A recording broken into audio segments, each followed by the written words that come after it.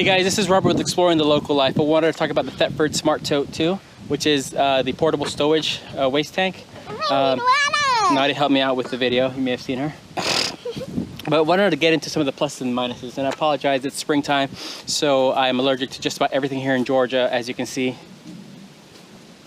Seed and stuff fly by.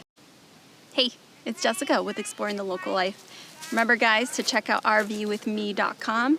They connect RV owners with RV parks or private landowners.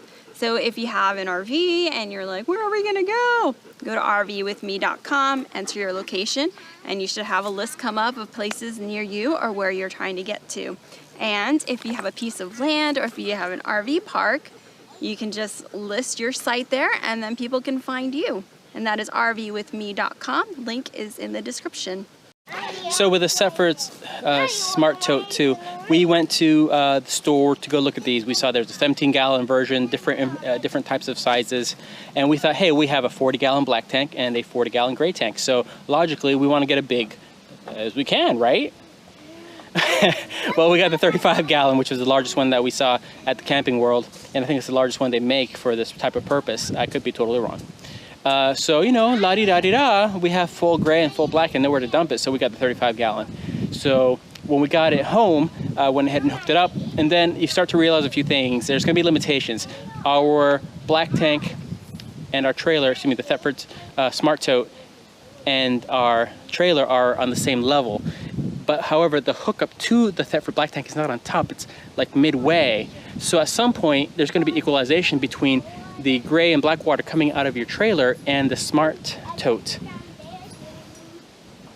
So yeah, you have a situation where you filled up your SmartTote because we're both on level ground and pretty equal to each other because our trailer rides pretty low. And the fluid in the gray hose that's coming down from the black and the gray. So that is an issue that you're gonna have to work with. Just like when you go dump at a dump site, you always do the black first. I cannot emphasize this enough, especially with a SmartTote, because what you're going to do, if you have to do your black tank, you want to make sure you also dump some gray to push the black stuff through. Because as you pull and the black stuff comes out, you're going to shut that off before you fill up, way before you fill up, because we're on level ground. Now, if the SmartTote was down low, yeah, we could pull away and then everything could drain and gravitationally and we'd be fine, but we're on the same level. And then the gray you need, however, the gray to be able to flush all the black on downwards. And once the black is down, you can then shut the gray. And when you unhook the hose, since we're level, there will be spillage of the gray. I don't know how we can get around that right now because we are again on the same level. So we had a little bit of spillage of the gray. And as soon as you pull the hose out, you got to raise the hose so that the black and gray doesn't come pouring back out the hose. And then you cap it while you're holding it up high. And you're gonna have some spillage of gray. I don't know how we're gonna get around that. Unless you have a bowl. We did actually have to have a bowl to catch the gray. But not everybody's gonna have a bowl, and you don't really want to be using bowls to catch nasty water. A couple other things.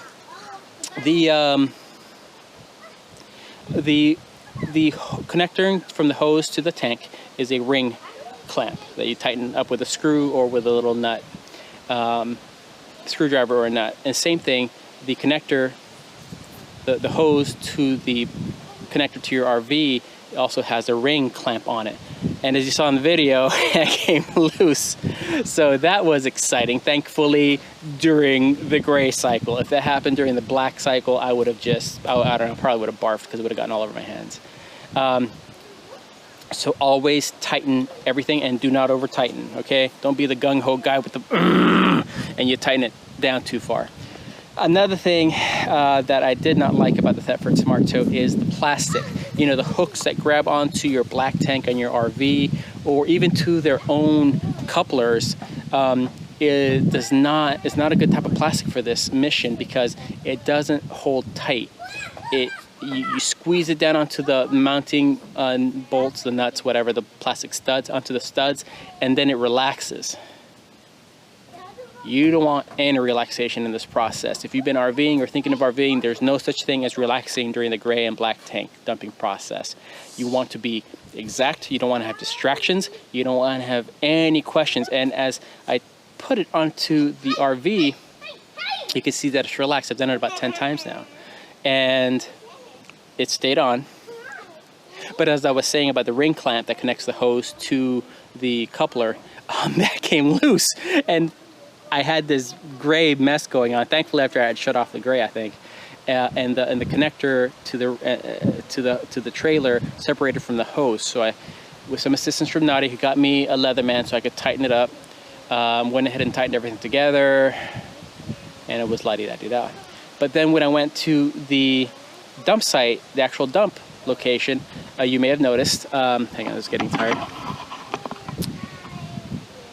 You may have noticed then that it decoupled again. This was, like I was saying, the plastic that they use on the coupler hooks to the studs on whether it's your RV or to the neck that goes into the sewer, it's separated. And I had a minor uncontrolled event there. Thankfully, it was under high pressure, and all the gray water stayed right there, right by the sewer bottom. So live and learn, and I hope you learn from this.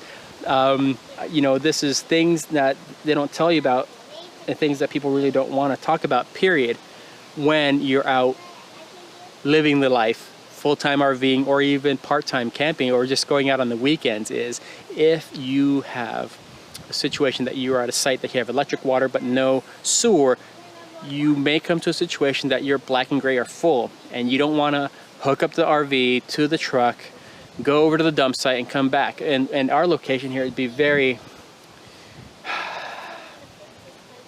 inconvenient to hook up the trailer, go up the mountain, well, the mountain is a big steep hill, and then to the dump site, and then we just can't turn back around and come back in. We'd have to go out of the camp area, drive a mile, turn back around, and then park it all over again. And I'm not the best at doing that sort of thing. So hopefully from the video and from this talk, we've pointed out some of the things that people just do not talk about. We're talking about it. Black tank, gray tank. When is it full? When it's full and you are remotely camping, what do you do? What can you do?